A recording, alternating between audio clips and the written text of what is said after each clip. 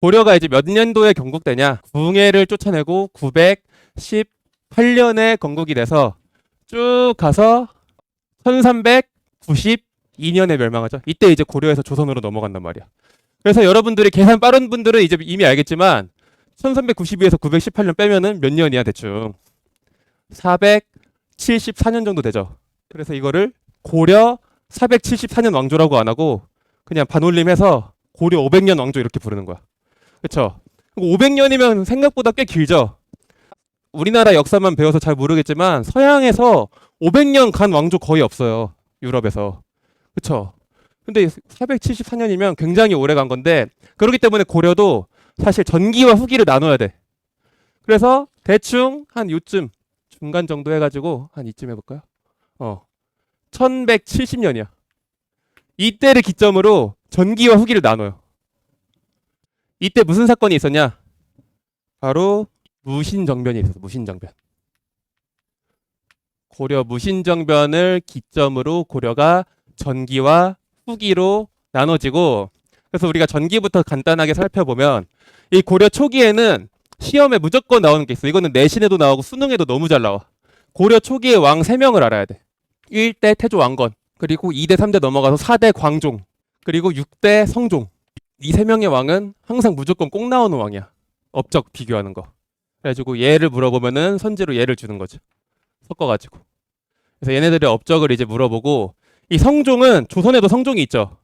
성종이 이제 뭐냐? 태조는 나라를 세우면 태조고 성종은 나라의 어떤 유교적인 정치를 완성시킨 사람이 성종이야. 그래서 얘가 고려의 어떤 기틀이나 이런 기강을 다 잡았어. 근데 성종 때 북방민족이 쳐들어옵니다. 이 고려는 조선이랑 다르게 외부의 침입이 많아요. 누가 쳐들어오냐? 우리 지금 드라마로 엄청 하고 있죠? 바로 거란족이 침입합니다. 거란. 성종 때 거란이 1차 침입을 하는데 이때 우리나라에서 활약한 장수들이 있겠죠. 그래서 우리는 3차에 걸쳐서 봐야 돼. 1차에는 서희, 2차에서는 양규. 이름 귀엽죠? 양규. 그리고 3차는 여러분들이 잘 아는 그쵸? 강감찬. 이런 사람들이 활약을 하고 이게 이제 끝나고 나서 거란의 재침을 대비하기 위해서 만리장성을 축조하고 만리장성이래. 우리나라 만리 못 쌓죠? 천리장성이죠. 천리장성을 쌓고 그리고 개경에 나성을 축조합니다. 그쵸? 아무튼 어찌저찌 해서 딱 막았어. 이 마지막 침입 때가 1018년, 1019년 이때야. 11세기야. 이 이후에는 한 100년 정도는 별일 없이 잘 지내요. 별일 없이 산다 막 이래. 그러다가 12세기로 넘어요. 12세기에 또 다른 민족이 또 침입해. 이번엔 누구냐? 2번 타자. 바로 여진족입니다. 여진. 여진이 침입하는데 이때는 누가 막냐? 바로 윤관이라는 사람이 별무반을 조직해서 막고 나서 여진족을 몰아내고 동북구성을 축조합니다. 동북구성.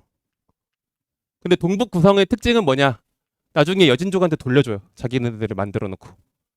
그쵸? 이때가 12세기 초반, 1104년 정도 됩니다. 그리고 나서 12세기에는 조금 안 좋은 일들이 많아요. 뭐가 있냐? 12세기에 아까 여진족의 침입이 있었죠. 그리고 이자겸의 난이 있어요.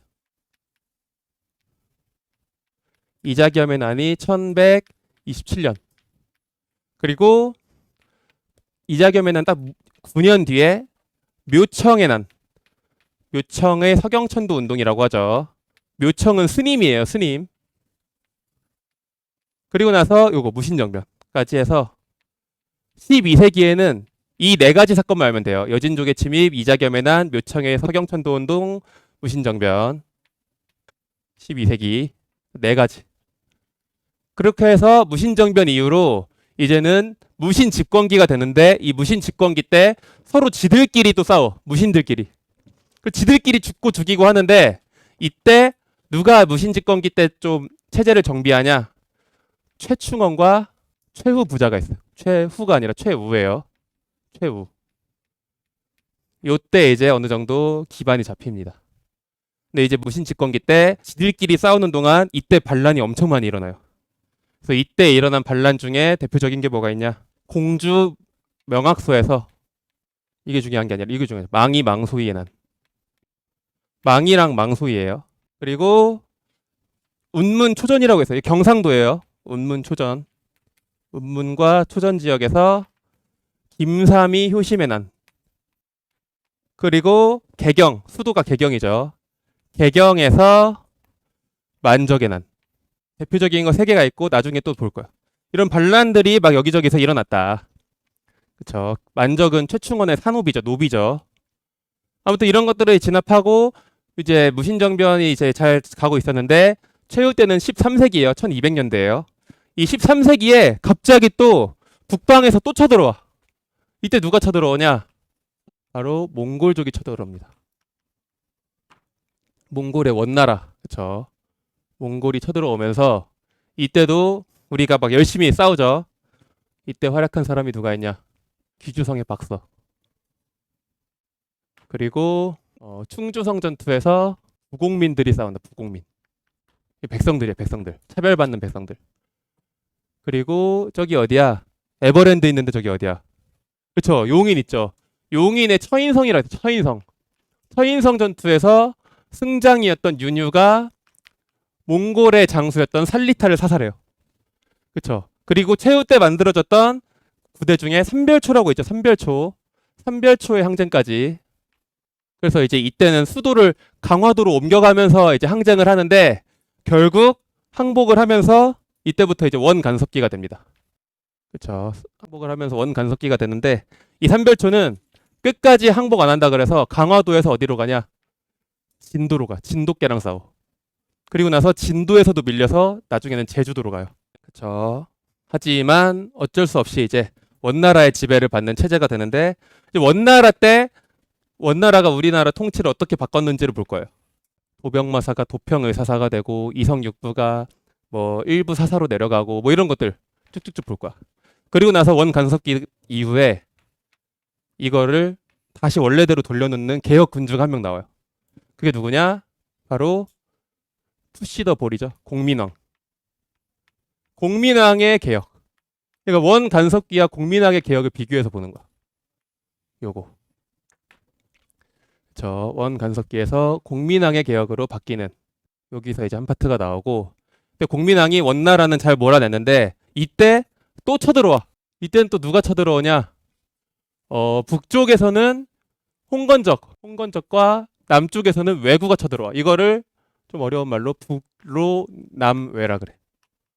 북쪽에 홍건적과 남쪽에 왜구가 쳐들어오는데 이때 얘네들을 막으면서 성장한 신흥 무인 세력이 대표적인 사람이 여러분들이 잘 알고 있는 황금보기를 돌같이 하라. 누구야? 그쵸. 최영 장군. 그리고 최영 밑에 있었던 이성계가 있었고 이때 이제 공민왕 때 등용했었던 신진사대부라고 있어요. 신진사대부.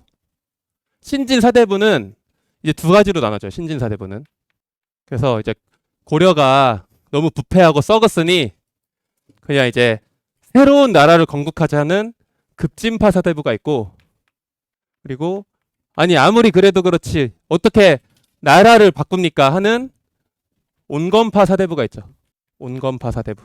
그래서 급진파 사대부의 대표적인 사람 누가 있어? 이름부터가 급진적이야. 정도전. 그렇죠. 그리고 온건파 사대부의 대표적인 사람은 그쵸, 정몽주. 이런 사람들이 있죠.